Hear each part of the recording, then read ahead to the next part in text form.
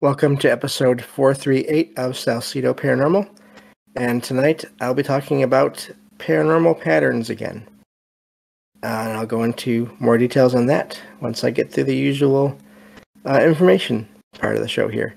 You can always find all episodes of the show, along with links to social media and other ways to contact me at the podcast page, and that is salcedoparanormal.podbean.com.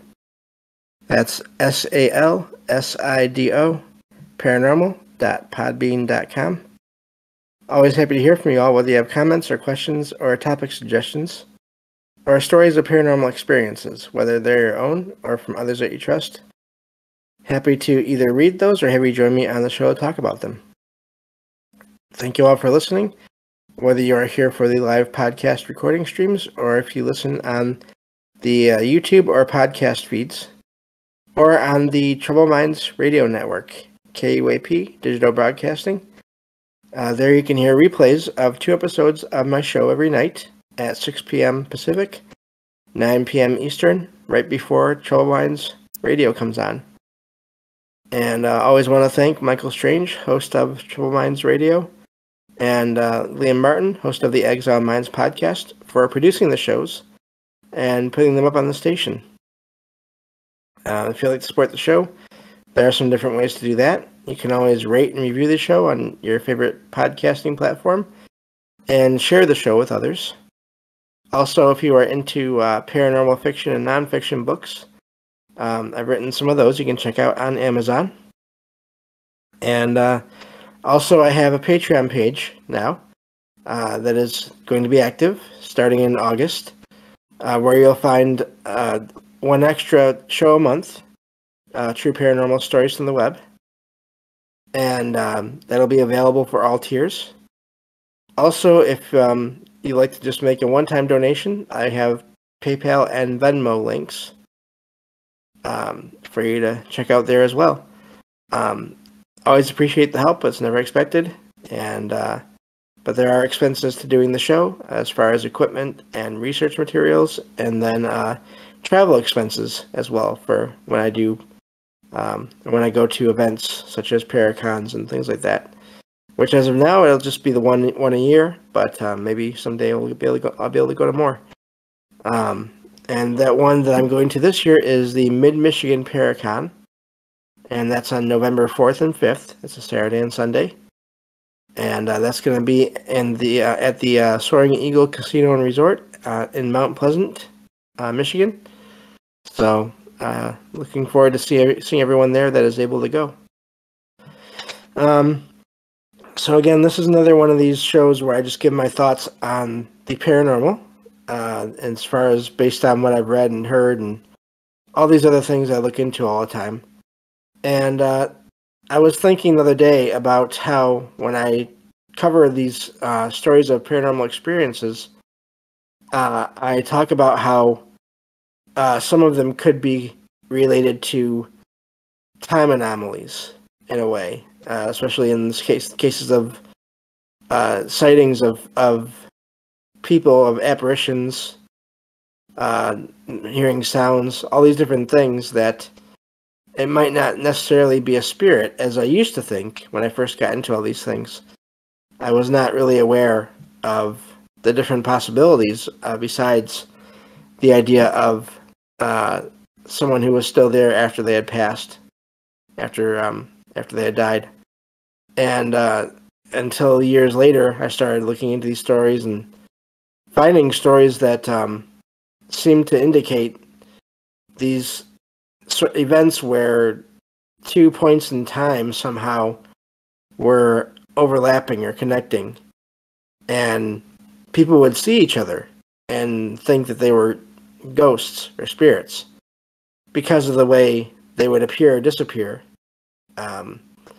And again, just this idea that maybe it's not a spirit, it's just you're seeing somehow through various changes in energy fields or whatever, however that works, you're seeing into other times.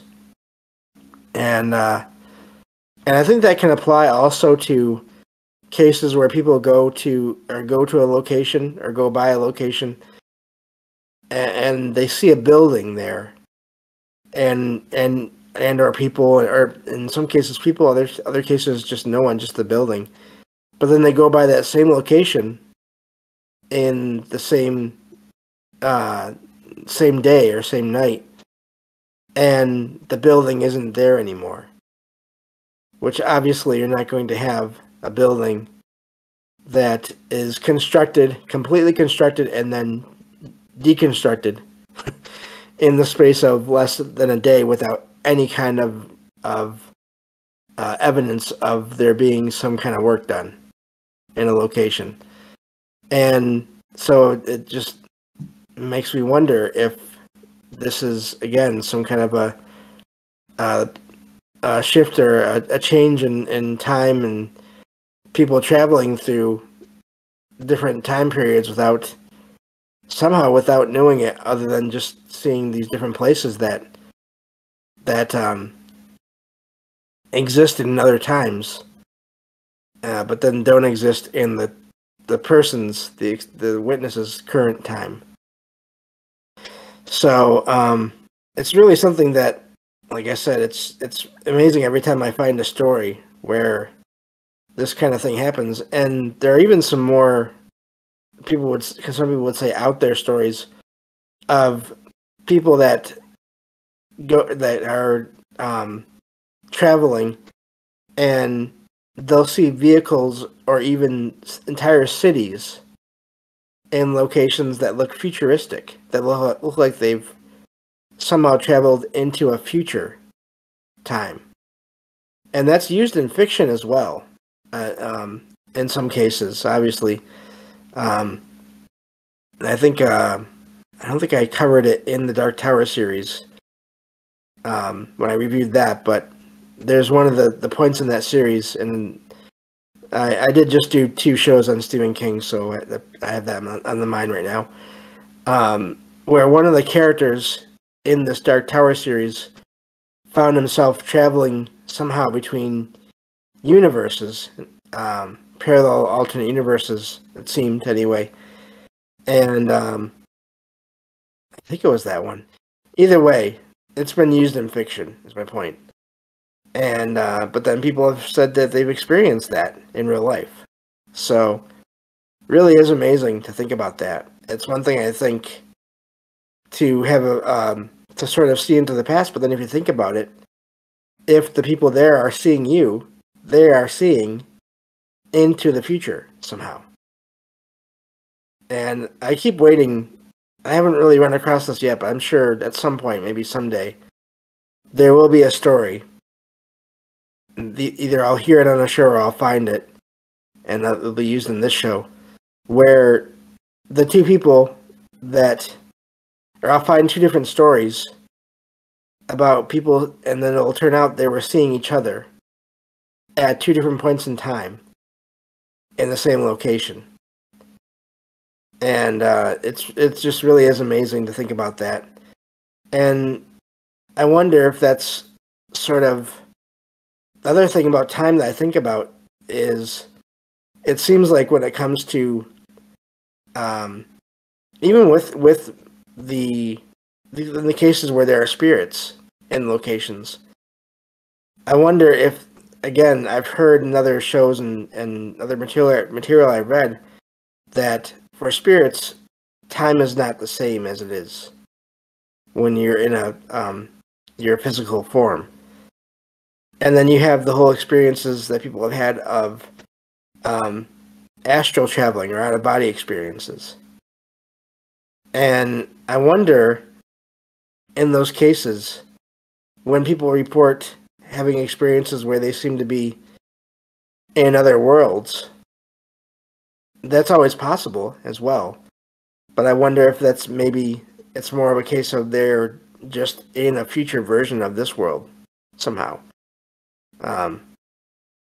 So yeah, really, the whole time element to the paranormal is really amazing. And then you have stories of people that, multiple people that seem to go to a place and I did a show on that a while ago.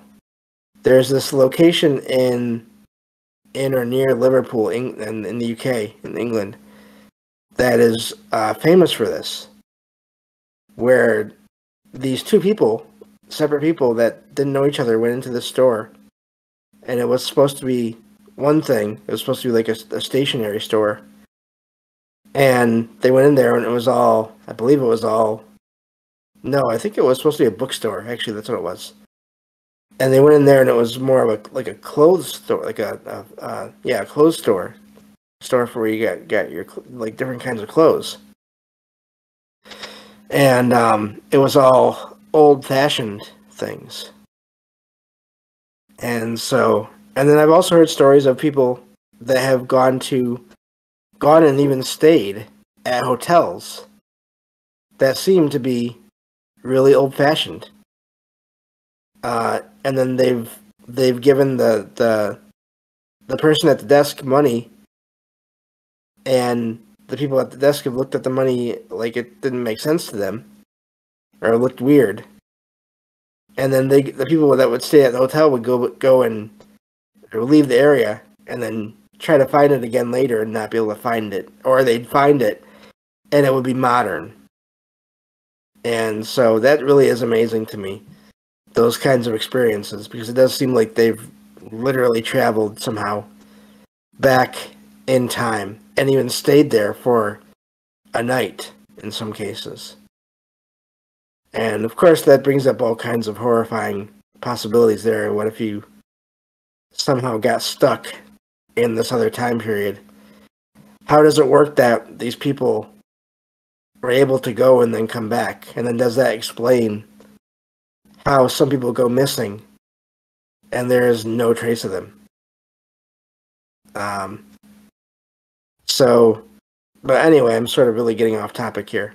But so just in terms of apparitions, again, people see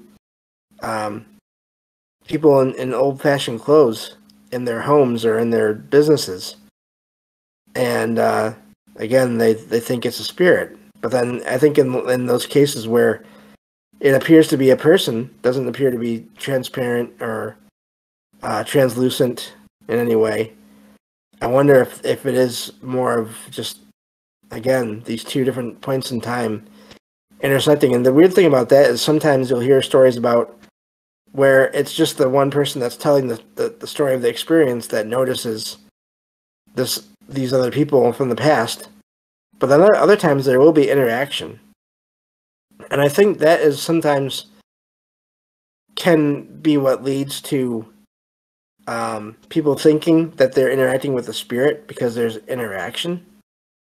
But again, I think that in terms of explanations for paranormal events, this idea of applying time to these events is fairly new, at least as far as from what I've heard over the years and all the different shows I've listened to. It's not hasn't been talked about a ton from what I've heard.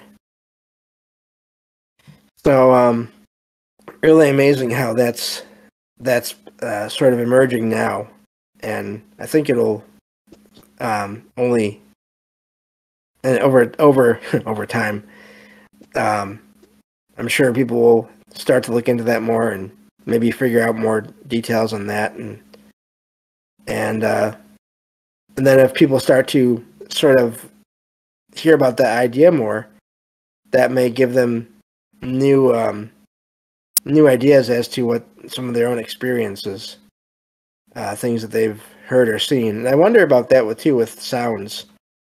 When it comes to, I do think there are residual hauntings. There's residual energy fields that make either make images or make sounds. And but I do wonder if it can be a couple of things. It can, in some cases, the sounds of footsteps or other things like that, if they can be residual, but also I would think, again, as I always say, I think there can be many causes that lead to the same or similar things. And so if you have some weird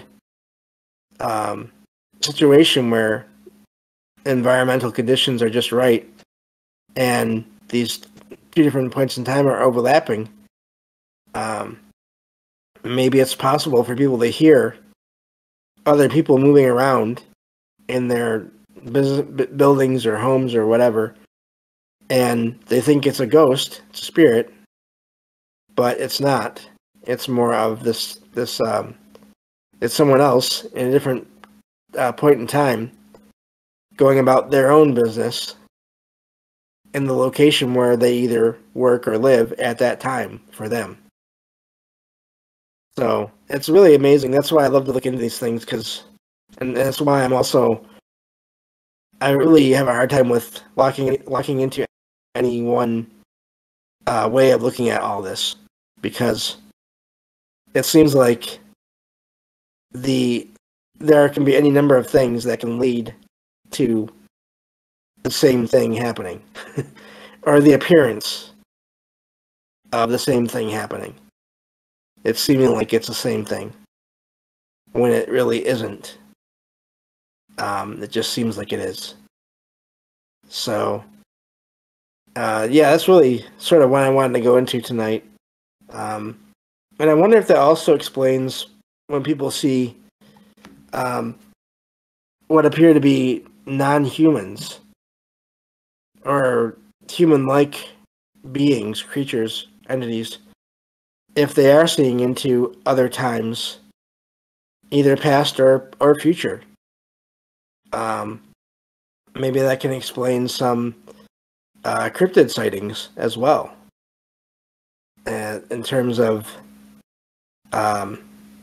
creatures that were around or beings that were around before, or different ones that show up here later in time for whatever reason, whether they are already in the planet to begin with or not. If you think about it that way, maybe it's possible that these different reports of aliens that are seen, or even in some cases UFOs that are seen, maybe it's not quite so easy for those intelligences to be traveling here based on the technology they have now. But if there's any kind of a time anomaly where they could travel in their own time, but then somehow still show up here, that could explain that as well, maybe. So, and I've always been, when I first started, I did think of a lot of the paranormal, a lot of things sort of in their own little sections.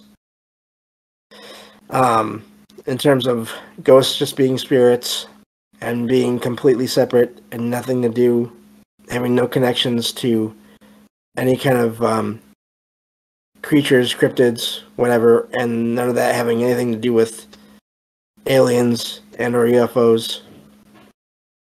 And but now, when I think about sightings of so many different entities and the way they appear or disappear or seem to be translucent or transparent. There was a story in a show a little while back where the witness was describing, I think it's called a rake. Anyway, a fairly common, well-known sort of description of this tall, skinny, white figure, white skin or white figure, with long arms and legs, but it was transparent. It wasn't totally there. But then there are other reports of these similar kinds of creatures being totally solid. So what was going on there? And does that mean they can be in that different state all the time, but people just don't normally see them when they're in that state? Or was that a one-off situation that either involved that one particular sighting, that one entity in that one case having other abilities, or, again, maybe something to do with time or other dimensions where it was just this one situation that happened. And you get that every so often. You'll find a story where you'll read it or you'll hear it, and then it'll be months or even years or never before you hear another story similar to that again. And those are really, I've talked about this before too, what they call one-offs, or the more unique experiences, to me are just as interesting as those experiences where you just change a detail here or there and it's the same one from one person's experience to another. If I can talk. The frequent ones, the differences between the frequent ones and the rare ones, I mean, they're still amazing either way. So, but yeah, let me see here. Looking at the chat here, thank you all for being here. Hello, Rohan. I see your comment there. He says, referring to Robert Monroe, maybe these are beings from Locale 2. Yeah, that similar other level of reality. Yeah, and that's the thing. It could be. It really is amazing. And I think at some point I'm going to do a show on that. Sort of the different states of consciousness, whether it's out of like sort of meditation or out of body, well, really, or dreaming, or just those different states of consciousness or awareness being that sort of a nexus for all these other realities or all these other levels or versions of a reality where they're all somehow connected. The astral realms to the dream realms to the out of body to the sort of spirit worlds. Again, you have visitations of loved ones when you're sleeping. Rohan says maybe you have to come one of the yeah. You have to become one of these. Yeah, I'm not sure, but become one of these forms, these weird forms. Yeah, so it's I think I'm gonna do a show on that at some point as well, because it does seem like our perception of things and our state of mind seems to be a way to access these other realities, and I think that includes time. Going back to sort of the original idea of the show tonight, I think that can include time, and maybe even, and whether it's past or future. Again, maybe that can explain some of the more unusual things that people have seen. So, and I think now that I think about it, that could explain sightings of entities, of beings, or also of technology, weird technology or weird lights. Either way, I think there's a lot of. That's why this is so amazing and so much fun for me to look into, because there's just it's the unknown, it's the unexplainable, at least through conventional terms anyway, in conventional terms. So, but that's going to do it for today. Thank you all for listening, and I will talk to you all on the next episode of Salcedo Paranormal. Take care.